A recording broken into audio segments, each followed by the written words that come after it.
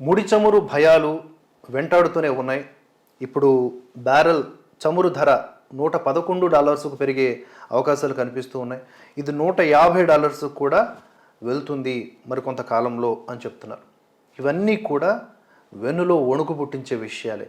₹1 ₹2 petrol ధరలు పెరిగితేనే లీటర్కి మొత్తం వ్యవస్థలన్నిటి మీద ఆ ప్రభావం కనిపిస్తున్నప్పుడు ఇప్పుడు ఏకంగా ఇన్నిన్ని డాలర్స్ చొప్పున అక్కడ పెరుగుతూ ఉంటే అది ఏ స్థాయిలో ఇంపాక్ట్ చూపిస్తుందో మనం జస్ట్ ఇమాజిన్ చేయొచ్చు. దీని ప్రభావం ఇప్పుడు మన స్టాక్ మార్కెట్ల మీద కూడా పడింది. దాంతో నేటి ట్రేడింగ్లో సూచీలు నష్టాల్లో కదలాడుతూ ఉన్నాయి.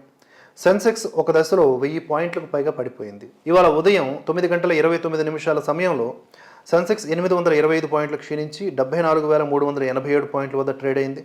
నిఫ్టీ 265 పాయింట్లు పతనమై 23,378 పాయింట్ల వద్ద ఉంది.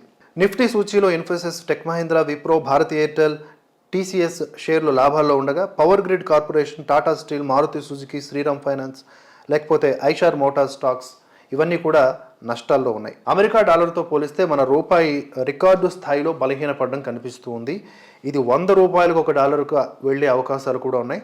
యాజ్ ఆఫ్ నౌ ₹96.20 ఉంది. ముడి చమురు ధరల ప్రభావం మెయిన్ రీజన్. పెరిగిన వాణిజ్య లోటు, అలాగే విదేశీ మదుపర్ల అమ్మకాలు, ద్రవ్యోల్బణం ఇవన్నీ వెరసి మన కరెన్సీ మీద ప్రభావం చూపిస్తూ ఉన్నాయి. ఓవరాల్గా అక్కడ హార్మూజ్ సంబంధించిన ప్రదేశంలో ఒక శాంతియుత వాతావరణం నెలకొనకపోతే ఈ బ్యారెల్ చమురు ధర $111కు చేరుకుంటే ఈ పరిస్థితులు ఇంకా విషమంగా మారే అవకాశమే కనిపిస్తూ ఉంది.